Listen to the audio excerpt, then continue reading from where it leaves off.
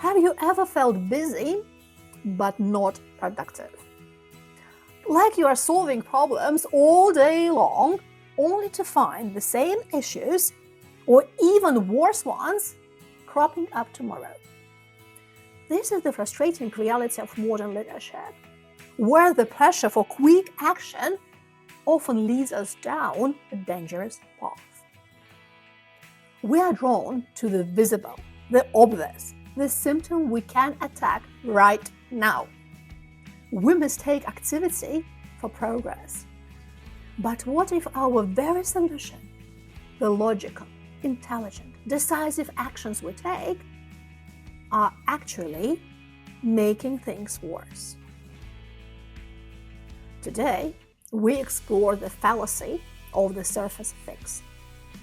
It's the powerful cognitive bias that pushes us to patch symptoms while the real problems fester and multiply beneath the surface. We'll examine an 800-year-old engineering puzzle, a government that accidentally bred a snake army, and a city that nearly drowned in its own success. These stories reveal a fundamental truth. The most dangerous solutions are the ones that feel right, but solve the wrong problem entirely. Let's begin with a world-famous landmark that became a monument to 800 years of flawed problem solving. The Pisa Tower. 800 years to make it worse. Everyone knows the Leaning Tower of Pisa. Cute tourist photos, right? But here is what most people don't know. For over 800 years, the world's best engineers kept trying to fix it and kept making it worse.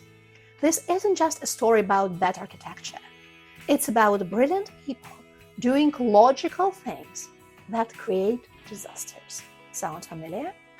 The tower started leaning in 1173, barely 3 stories into construction. The obvious problem, it was tilting. The obvious solution, stop the bloody tilt. Simple, right? For centuries, brilliant minds attacked the lean with everything they had. They slapped massive stone blocks on the high side, counterweights to balance the tilt. When they didn't work, they tried pulling it upright with cables. Some genius even tried building the remaining floors at an angle, creating this bizarre banana-shaped tower.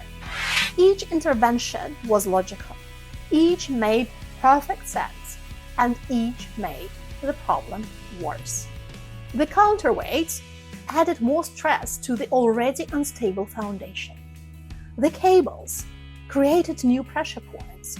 The angled construction concentrated weight in exactly the wrong places.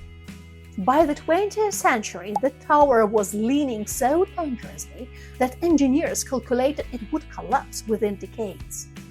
800 years of fixes had turned a minor lean into potential catastrophe. But here is the fascinating part. Nobody was asking the right bloody question.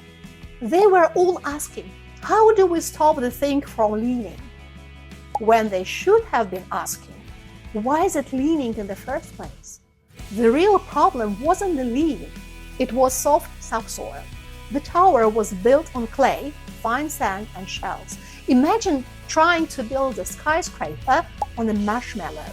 For 800 years, engineers were essentially trying to fix a sinking ship by rearranging it with deck chairs. It wasn't until the 1990s that engineers finally addressed the foundation itself. Instead of fighting the lean, they worked with it. They carefully removed soil from beneath the raised end, allowing the tower to settle back slightly. The tower still leans, just safely now.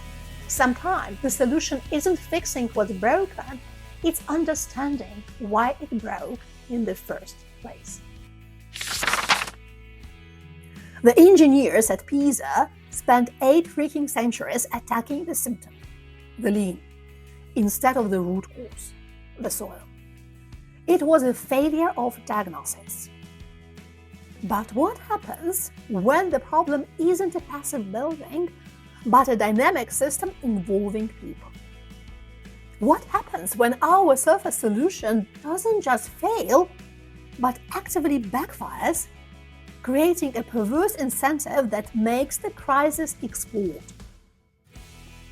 The British government and colonial Delhi learned this lesson in the most spectacular way, creating a textbook example of unintended consequences. The Cobra effect, when solutions backfire. You are some poor bastard trying to govern colonial Delhi, and you've got a Cobra problem. Venomous snake slithering around the streets, terrifying residents, probably ruining your morning tea. So you do what any rational administrator would do: offer a bounty for dead cobras. Boom. Problem solved, right? Oh, you sweet summer child. The British colonial government thought they were bloody brilliant. Here is a generous reward for every dead cobra you bring us. Simple, direct, efficient. And it worked. For about 3 months, citizens dutifully hunted cobras. The snake population plummeted.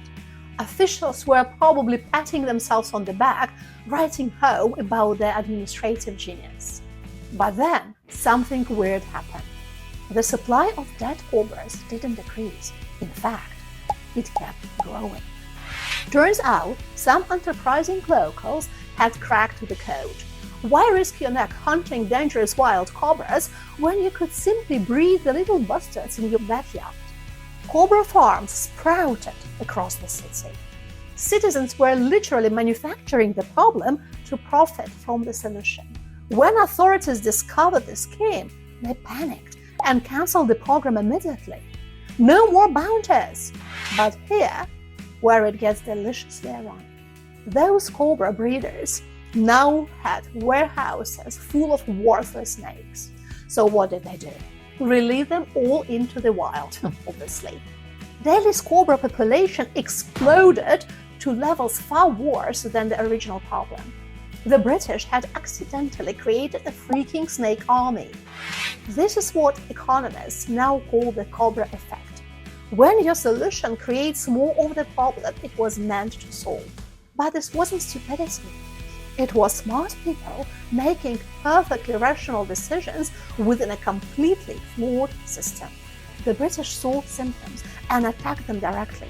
They never asked, why are there so many cobras? How might humans actually respond to these incentives? This pattern is everywhere.